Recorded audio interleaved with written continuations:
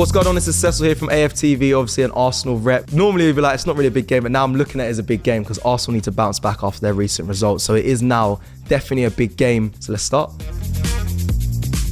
At first, things were going really well. Unbeaten at home. We was on course, to be challenging for the title. Some would say we still are. Robbie still believes we're challenging for the title. There's still a lot of games to be played. I have a loss of confidence as I sit here right now after what I've seen recently from Arsenal. But it has been an okay season so far. I can't say it's been a completely redundant season at this stage because we are still in the Champions League. We did top our group. Yeah, we're sitting in fourth, but we are still in the conversation for the title. So the season hasn't been too bad. It's just been recently, if I'm going by recency bias, it's a bit of a sore subject. And I feel like a lot of Arsenal fans, including myself, are looking at last season and trying to live off that in the sense of the feeling of that's where we should be this season. But we're in a good position. Not great and not completely negative the other way where it's really bad. We're in a good position right now.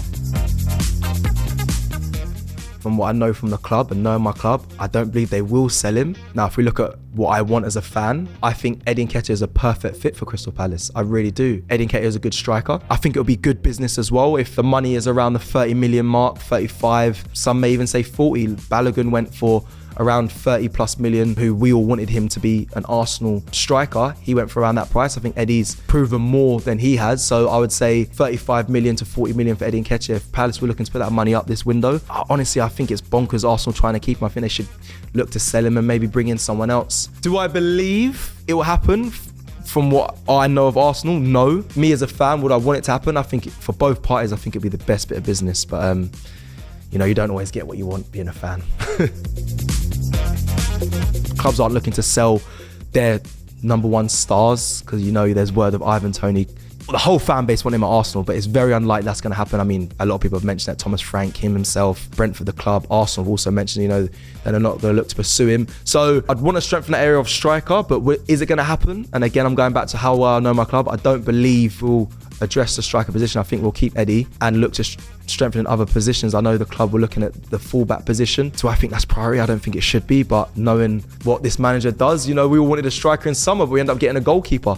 So you never know what Arsenal are going to do. I just think we need to strengthen up front, the midfield.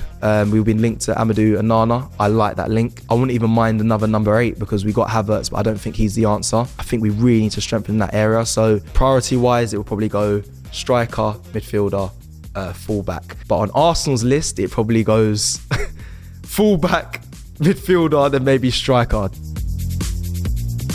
I will never disrespect Crystal Palace. They're a good side. And what I've seen of Arsenal recently, I'm not filled with confidence. The only thing that's filling me with confidence for this game is the fact that they're currently in Dubai doing warm weather training. They normally come back from that reinvigorated and normally kick on. And with the positive news of the injured players like Timber, Partey, Zinchenko, Jesus, I'm feeling a bit more confident. Not saying all those players will be 100% fit and ready to play in that game, but I definitely know Jesus will be back, and that is a massive boost for Arsenal. So I'm going with an Arsenal win. But what will the score be? I don't know. Palace, you haven't really got much threats up front. Nketiah does play well against us, but he's definitely not the answer. Is consistency is bad.